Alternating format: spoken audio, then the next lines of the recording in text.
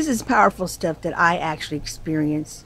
I really haven't had an experience like this where I was transported literally to be before God at a place like Moses was when he came across the burning bush. It's not where I went to heaven. It's where God transported me from my house as a young girl in the middle of the night to be before him at a place, a real physical place here in the world. And I will show the details of it too. The point, though, was for a very critical message from God concerning his viewpoint of those who will be on earth. And then there's going to be a massive amount of people who are going to be on earth at the great day of wrath. These are people who are going to not receive forgiveness from God. They are going to be in the people who are going to receive the wrath. And some of those people will be people who consider themselves Christians and saved. I had posted this before, over 2 years ago, but my editing skills were not so great. And people had complained to me that the audio was difficult to listen to, that the music was too loud, and also there was some hissing going on when I was talking, and I didn't have the skills. Well, in this time I have learned how to do it. So I took that same video where I presented, and what I'm basically doing, I'm reading it out of a book where I wrote the experience. Now, I'm not in any way showing the book. You will not see the book. I will not say the name of the book, because this is not about the book. It's about a very important message the body of Christ needs to hear. People who are unsaved need to hear. They need to see through God's eyes how sin within a person looks to him, and how those people on the last day will appear to God. Now, I know this seems obvious, but sometimes I've had people ask me when I have put some retro videos I've made that I either have reposted or never posted but finally gotten around. When they see the difference in my hair, they question it as if it's some kind of phenomenon. We all know how hair grows. But the point I want to tell you is that you're going to see me about over 2 years ago, and my hair was a lot shorter. And that's why it suddenly goes short in the next scene I'm going to put to you. Because it's a retro 2+ year old me presenting, though, very relevant, very crucial information that even though I had this experience 4 decades ago, look how God works. He gave it to me in a time where I couldn't find anyone to share it with. You will see that I even went to leader in where I was at to try to share it. But now I know in hindsight that the reason there has been no audience because the season for it was not yet. Now we're in the last days. Now rapture will be coming for a certain number of people in the body of Christ who are the ready virgins. Although I had experienced supernatural spiritual encounters before, one related above, I'm referencing one where I wrote about when Jesus met my goodnight kiss one time, which was pretty awesome. And another one not mentioned here that took place nightly for 2+ months. This was the event that changed me, partly because I saw God as a God of righteous judgments, and I witnessed sinners undergoing a frightening condemnation. As a child, I did not know these things, as we did not read Revelation as children in Catholic school. Our teaching was limited to the catechism, for the most part geared to children, as I told you. I still retain my original first draft of that account I wrote a year after it. Now the pencil handwriting very faint 40+ years later on the yellow crinkled notepaper I wrote it on. As an aside, I tried to find it to do this video, but it's like in a very disheveled storage place that I have, and I couldn't locate it, but I still do have it. The incident took place nearing daybreak while I slept in the room shared with my two older sisters. I was 13 years old at the time, and we lived in Miami, Florida. For those who haven't seen my videos, by the way, my name is Vivian Jandernalic, and at the time I'm doing this video, I am 58 years of age. So this was back when I was 13, and it was in 1972. The life-changing events for me took place the day afterwards at the Catholic school I attended. Life-changing because they confirmed to me that what I had gone through was real. As I slept in the lower bunk bed, beneath my oldest sister who had the top bunk bed, my other sister across the room in her own single bed, I found myself in an open vision that seemed as real as if I was doing these things in my physical body, to which this day I'm uncertain if I was or not, because it was real and experienced as I am sitting here typing. I discovered I was on my knees in total dark, as if transported directly from my bedroom to this unknown pitch black place. Then my awareness widened, and I found myself in my schoolroom, still kneeling, but next to the teacher's desk. All the desks were empty, and I knew, even though I couldn't see from the lack of light, by some kind of supernatural weirdness, that so was the entire building empty and dark. Now I'm supplying here a composite picture that I have of that school. And the name of that school, by the way, and the school's still there now, is St. Brendan's Elementary School. And I made a composite of pictures that I had taken at that time and put it together so you can see there. I'm posing this picture next to a nun, and I was making bunny ears behind her head. But that picture was in front of the cafeteria, which is not a cafeteria anymore there now. And to the right of myself in that picture, which is to the left of the viewer looking at the picture on the screen now, is that elementary school.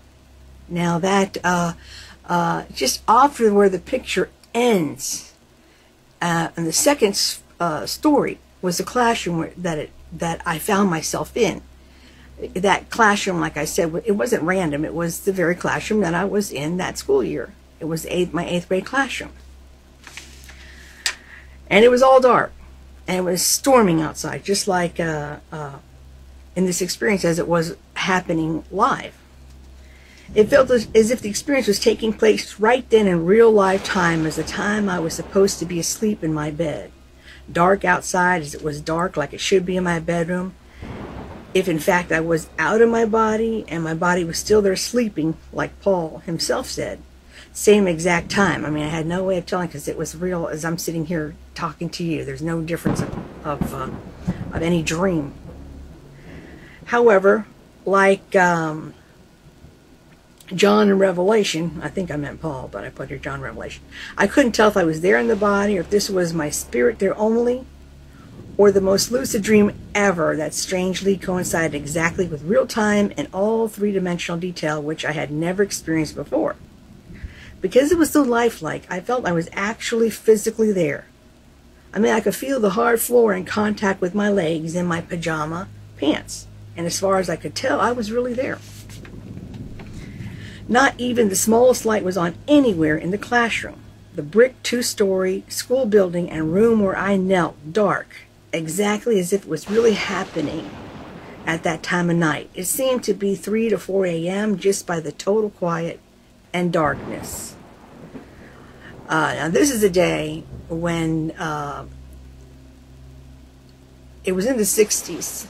No, it was in the 70s. I started going to that school in 1963 in kindergarten, and the school itself was founded in 1955. At the time that this took place in 1972, there still was no fencing surrounding the school as it is now, and it was there was no security cameras as they are now. I mean, now today schools are like forts. You know, they got security cameras, they've got guards, they got fences, they got everything. But this was still in the day when those things were not put around most schools. And this school was completely dark. I was by myself in there, inside my classroom, that I had just been in there a few hours before, going to school.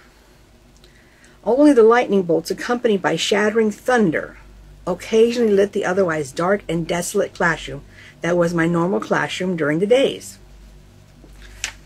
By the way, I'm reading this without glasses because I'm sitting next to my computer, and if, I want to avoid a glare. I'm reading glasses. I'm squinting a little bit, but I'm trying to read this so not to give you a terrible glare on the glasses.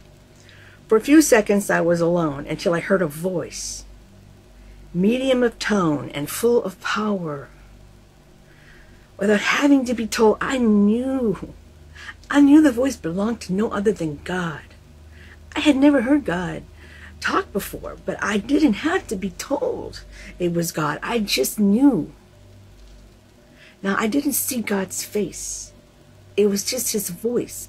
And his voice was like in front of me, above in the air as I knelt down. So this is kind of interesting because looking back to it, I was put in a kneeling position. I was delivered to that room in a kneeling position, not knowing that I was going to be in the presence of the Almighty God. So God, being high and mighty, had me delivered there kneeling down. A servant kneeling down, a child before him. And that's where I found myself, kneeling. And then the voice that I knew was God, as soon as he spoke, was about maybe 5 feet above me, speaking down to me. As God told me he was going to end the world. And when he said that, I thought he meant right that night. However, he did not specify that, as he went on elaborating on the evil that was going on within the world. As he spoke, my young mind could not perceive the horror of the things he said. But towards the end of his talk to me, I could not find a reason to debate his decision, as his decision was totally justified by the level of evil he revealed.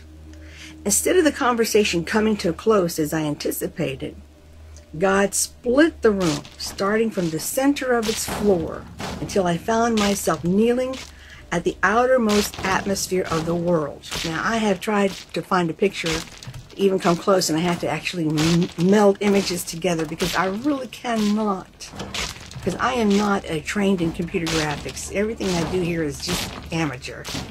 But I cannot make such a picture because I found I was kneeling once there before the desk, and then this floor split without my even moving.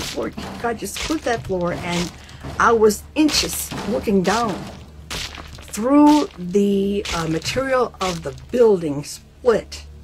You know, the floor, the terrazzo floor, the layers of it going down in the darkness to then it ended to the outer atmosphere of the world and the depth going down, the clouds. It was lifelike. It was lifelike, as if I had just, the classroom had been put there, and my little dog is sleeping, I'm sorry. And I was looking down, truly at the outer atmosphere of the world, but somehow having a scope of vision that I could see the world from there, but truly a depth of that height. I just can't convey something like that. It just was incredible, incredible. So I found myself kneeling at the outermost atmosphere of the world. The sky below grew darker as he showed me the people on the earth living out their daily lives. Like I said, I could see somehow with bird-eye vision everything. The people were talking, working, laughing, and so on. No more than 5 seconds passed when he switched the scene to the end of the world and how the people's souls would look then. They were ugly, repulsive, horrifying for me to look at from my high perch. They no longer looked like people because their ugliness within them had so transformed them. They had turned into repulsive creatures. Now like I said, showing here pictures of, you know, normal people walking, and then people contorted, but I cannot find images to convey the people, because, excuse me, they didn't look like people. When he stripped away that flesh, everyone was contorted and twisted and no longer looked like people. They really looked like twisted, contorted demons. Every single person. Everyone. They were, it didn't matter how likable or attractive that person had seemed on the outside. Inside, now this is God's perspective he was showing me, every one of them turned out to be deformed from their sins, to the point they had become contorted into creatures that were far from human and were ugly and vile. Not one standing upright, but deformed, and changed so extreme they had lost all human traces. Really, they looked like a sea of demons. If you hadn't seen the transformation, they were people, and what you were beholding was their true insides from their massive sinning. Now here's another aside I want to put to it. Every person was contorted and deformed. That this didn't matter whether it was tons of sins or 2 or 3 unconfessed sins or a single one. To God, anyone in a sin that was not confessed, anyone found in that sin on the last day, unconfessed, was demonized. They were demonized. So it's not a layer of, oh, I only have one sin. When God comes, you know, you haven't confessed. He's going to see you as repulsive to him, because a high holy God has nothing in common with anything of sin. It is repulsive to him. So he will see you. This is what God was showing me, was his view of anyone in sin. And I could see that everybody, no matter how many sins or how little sins, to God was repulsive. And I'm talking about people who had sins that were not confessed and repented from. These were people, not people that were just limited to unbelievers, but people who were had the name of brother, yet had sins within them that they were not repented of. I could no longer see them as they were a vast, pitiable multitude with arms outstretched, because when they were doing this, they were somehow aware of God's judgment on them at the time. And I was seeing the future scene of the last day, God's day of wrath, when they realized this is it.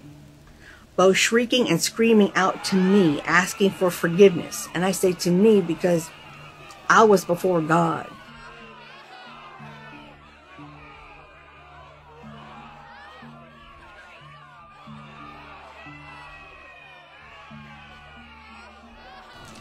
I received the impression without words that these were people who had thought the devil's lies were entirely true. People who were shocked, I mean, these people were shocked to find the Bible was literally correct, which seemed, from my view, millions and millions. I mean, the whole populace I was looking at down there. Perhaps this was after the rapture, because there was nobody there, in my view, that was not demonized. They had bought the demon's mistruths and had become ugly creatures in sin over their lives. And now they suddenly discovered they were in righteous judgment and condemned rightfully before a holy God. This was in 1972, before computers, cell phones, big screen televisions, DVDs, and even VCR players being affordable. For those maybe too young to know, VCRs were like cassette tapes to record movies and stuff, before affordable for the average person. Medias which give methods of transmitting visual messages that are not family rated on the individual personal level and personalized, that allowed people to privately indulge in all kinds of perversions and sins on a scale that exists now, but not back then scale-wise. Though throughout human history, people have not been puritanical and have greatly sinned. You know, Sodom and Gomorrah. They have not done so on the tremendous scale of mass involvement that computers and cell phones and easily created affordable mediums like DVD, MP3, etc. allow today. I mean, we even have children. Satan reigns in the houses through these things. People voluntarily every day make a decision to turn on that tube and let Satan reign and direct the whole family. In 1972, if you wanted pornography, you had to travel by car to one of those stores in the bad parts of the city or get embarrassed getting one of the 3 magazines available in select bookstores. If you wanted to bully someone, you could only do so by traveling in person. There were no cell phones with cameras available to humiliate or tempt people with. So for my frame of reference, I couldn't understand then how so many people could have vile interiors, could be also corrupt. Well, fast forward to now. I know now. This has changed. It is something in the hands of everybody. Something that Satan reaches everybody with. It's impossible not to escape it. In the early 70s, these kinds of sins happening stayed secret for the most part. But today, you are just about considered a nerd if you don't interact on these kinds of activities, which is now considered many a person's right and healthy expression, thanks to the enemy's very layered and well-crafted plans to make sin seem right and not sinning seem wrong. But they're far below me, giving me a great view that seems somehow to scan the world, were multitudes and multitudes of people who by sin were deformed creatures inside. No denying this from my supernatural view. The mass sea of corrupted people I was looking at were shown in their spiritual condition at what would be officially the end of the world, as in biblical end, the end described in Revelation, which I had no teachings in at 13. I understood from the sight I beheld that people were sinners. However, sin would prevail so much as the day of the Lord got closer that they were going to get even worse, become ugly beasts when that end time would finally arrive. There had been such a difference the way that people looked on the outside and the true states of their souls when the end of the world would be. When I had seen them with their physical bodies gone, and just as their soul man, they were like ugly creatures, depraved and evil. Everyone looked different from each other, but they were all repulsive. Their true nature was offensive and vile. Then they began a unified chant, asking for one more chance, just one more, over and over, until I realized that all the souls that I could see, which were many upon many, that saving them from destruction was being left all up to me. I couldn't bear the sight anymore, and turned away quickly from them to God. The morbid view closed itself back into the schoolroom, leaving me where I had been originally situated, next to the teacher's desk. And then I turned to God and began to plead with him out of the very depth of my soul to give these people one more chance. From the state of their corruption, I personally felt that the situation was hopeless, and my feelings of desperation continued to grow. However, I kept on pleading for them. What moved me most was their terrible shrieks and screams for forgiveness. I couldn't help but be moved, no matter how vile they were. They were a sight to pity, and I felt now my own pity, now listen to this, was God's pity for them. His mercy working through me despite their clear inner vile nature and their deserving condemnation. It brings to mind the scripture where Jonah was angry God had not destroyed the wicked in Nineveh, who clearly were deserving of destruction. And God replied, "But Nineveh has more than 120,000 people who cannot tell their right hand from their left, and many cattle as well. Should I not be concerned about that great city?" is Jonah 4:11. Like those clueless people in Nineveh, God was revealing a concern for all these depraved people I was viewing, millions and millions of people who had lived in clueless sin that led to his righteous wrath and destruction by their ugly transformation into some other kind of creatures. When God showed them to me how they really appeared, it was clear not just one sin changed them like that, but living in sin so long, it had transformed them into deformed, evil creatures within. Yet, like Nineveh, they did not know one hand from the other, and had lived clueless about their lives of sin, total pawns of the devil. At any moment, God had the power to destroy them. Just one word, they would get their justly due punishment. By his staying his mighty hand and showing me by the situation, it was my job to help them somehow. I don't know how. It was apparent this was God's mercy, his setting up this way for them to be delivered, despite they deserved immediate destruction. But it was also clear those who would not respond to this final mercy chance would get God's eternal wrath. The storm outside was really lashing about. It was at its top fury when one dazzling flash of lightning filled the schoolroom. At that moment, I found myself in a half-kneeling, half-begging position in my lit-up bedroom, for real, for physical real, not in the brilliant flash of a blinding lightning bolt, exactly as had filled the classroom, followed by a clap of roaring thunder. I mean, people, it was like I was in that classroom begging. That lightning hit there when I was in that kneeling position. Without a nanosecond later, I'm in that same kneeling position, in the middle of that same clap of thunder and lightning in my bed. I was transported instantly. It was amazing. I was awake for another 10 minutes expecting more lightning and thunder, but that was the end. Instead, soothing pitter-patter of gentle rainfall followed, as if a sign of God's mercy, lulling me to sleep. There had been no difference between the last second in the classroom and my time finding myself in the same position in my bed.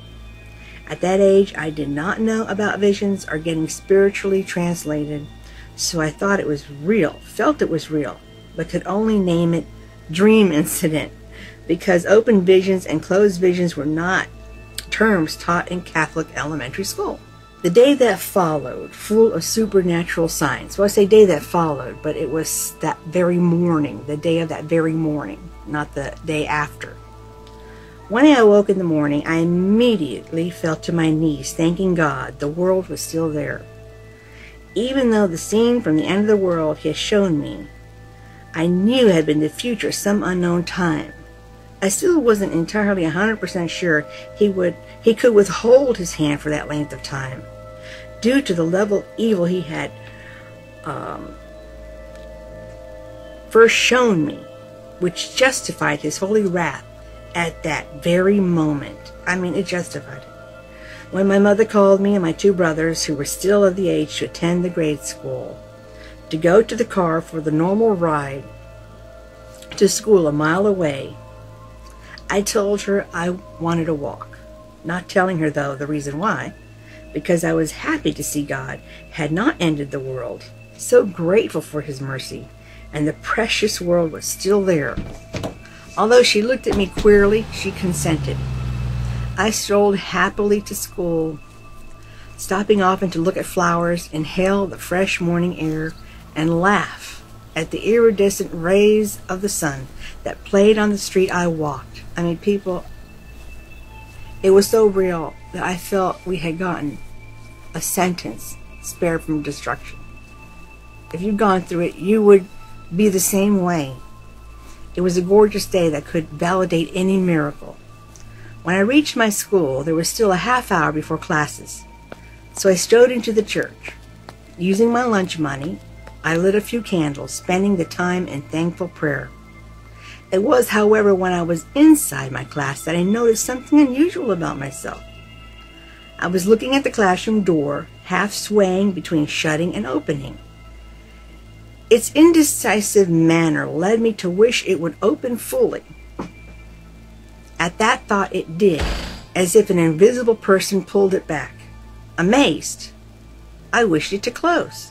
Instantly it did, just like that same person complied with my desire. By now my emotions were rising as my teacher was deciding who was going to read. In my mind, I directed her to pick me, and she did. For the rest of the day, everything obeyed my thoughts, or that is how it seemed to my mind, ignorant of Old Testament stories, how God worked directly through prophets like Elijah.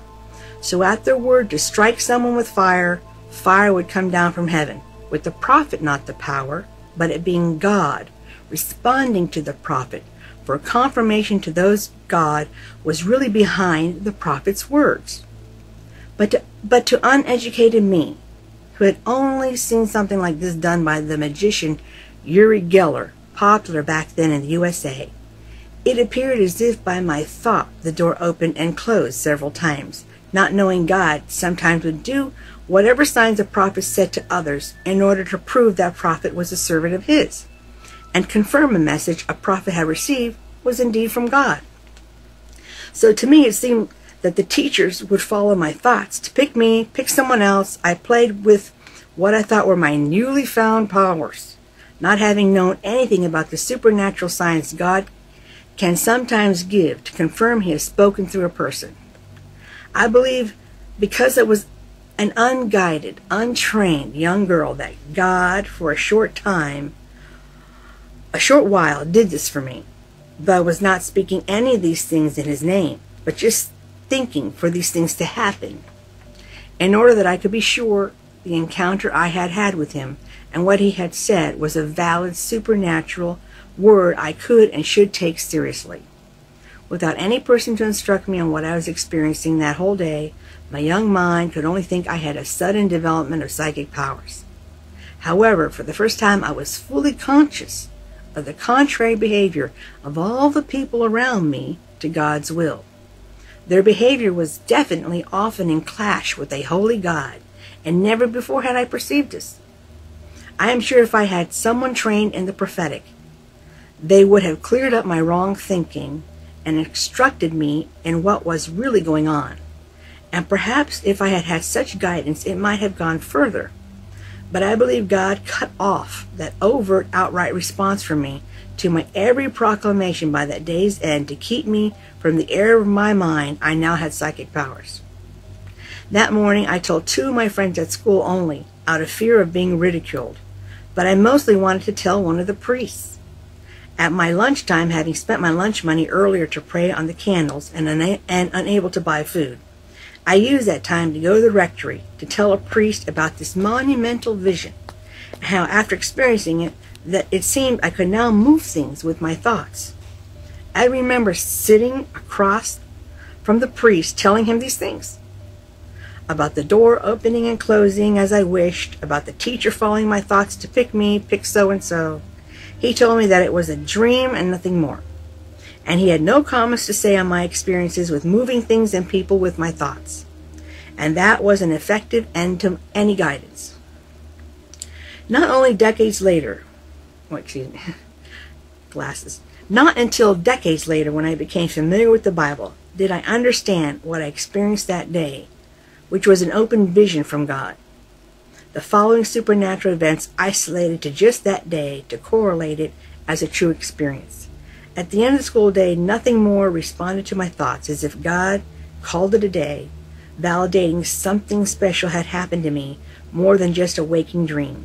Perhaps because God knew I would find no guidance concerning any open vision from my spiritual leaders at that Catholic school, as I might have found at another denomination believing in gifts of the spirits visiting people today. At the end of that day, I was a changed teenager. It gave me the desire to live a religious life, and I actively explored becoming a nun. I then would spend a lot of time at that convent that I show in the picture, as I seriously explored becoming a nun. I wrote then convents across the United States. I spent time with the nuns in that convent pictured, specifically exploring, pursuing that life. I spent time at the convent at my school asking questions about becoming a nun. I corresponded with several convents across the United States to get an understanding about what becoming a nun required. For several months, I exchanged letters with various nuns while I seriously considered this as my calling, while spending time at my local convent, learning and making rosaries while considering this lifestyle. This also improved my relations with the nuns at my school, who went from a disapproving attitude because I was a rowdy kid to a totally approving attitude by the end of that school year, when they knew I was contemplating life as a nun. Although none knew about my experience that day, the priest's negative response completely suppressed my desire to share what I held as a very special experience. The only thing that kept me from joining was I was not set up to wake up at 4 a.m., live in cold weather, having lived in Florida all my life, and be ready to live a gypsy life going to whatever convent in the world I was ordered to go to for as little or as long as told, and gladly as obedient to one's religious superiors was the foundation of that life. Since that time, I've had other supernatural experiences which have led me to firmly believe we are in the last days.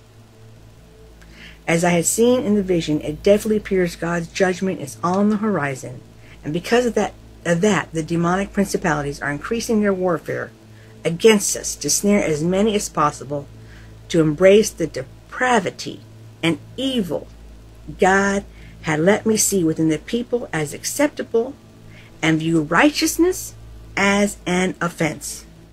I want to pause a moment to interject to this to you. If you want to know how to not be found as one of those in the sea of sinners, watch my video, The Second Unpardonable Sin, all the way to the end. Some people, they jump to conclusions over the title and they think they have the knowledge.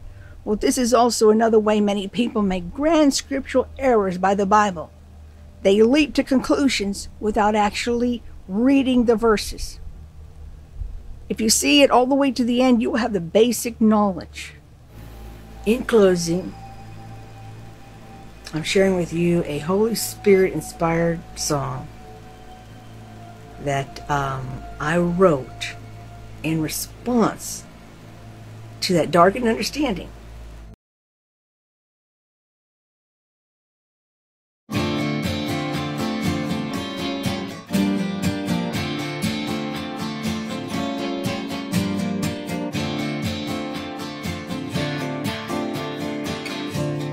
Yes, you've got freedom to walk the broad way.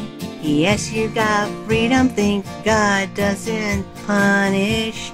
Yes, you've got freedom to name it modern grace. Yes, you've got freedom to teach others same blindness. Freedom. Yes, you got freedom, find reasons to sin. Yes, you got freedom, say convictions, legalism. Yes, you got freedom to pen new doctrine. Yes, you got freedom to lose grace after baptism. You got freedom. It's not that you choose, but what you choose that's right or wrong. It's not that you use free will, but what you use it for that's false or dead on.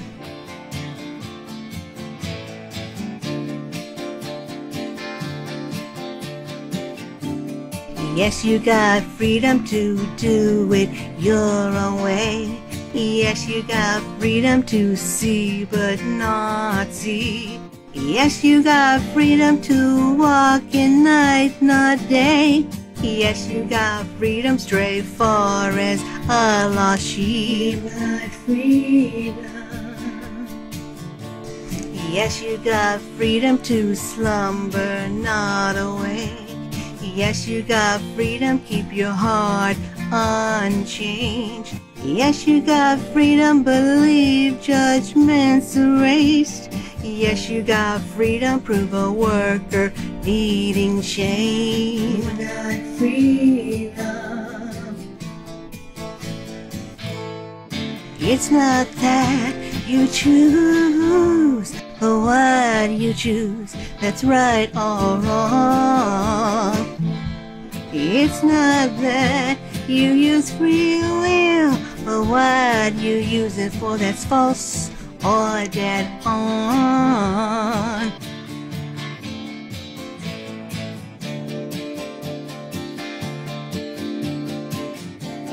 Yes, you got freedom to refuse the truth. Yes, you got freedom, pain, rebellion, any lie. Yes, you got freedom, misuse free will given you. Yes, you got freedom to choose to die.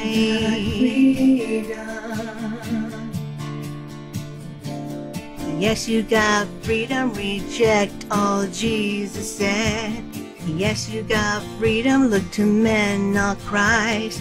Yes, you got freedom, shrink back, return to death. Yes, you got freedom to be blotted from book of life.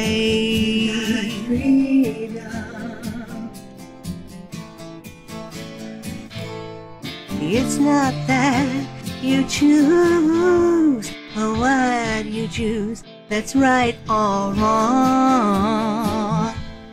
It's not that you use free will, but what you use it for that's false or dead on.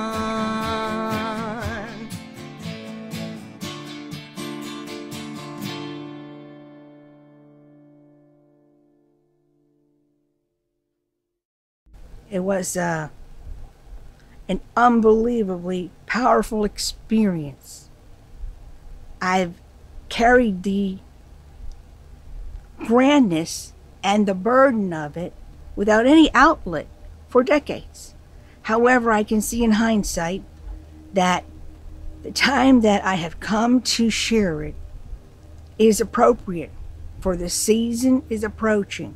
The season of the rapture, the season when there will be people left behind, and the season of the great day of wrath.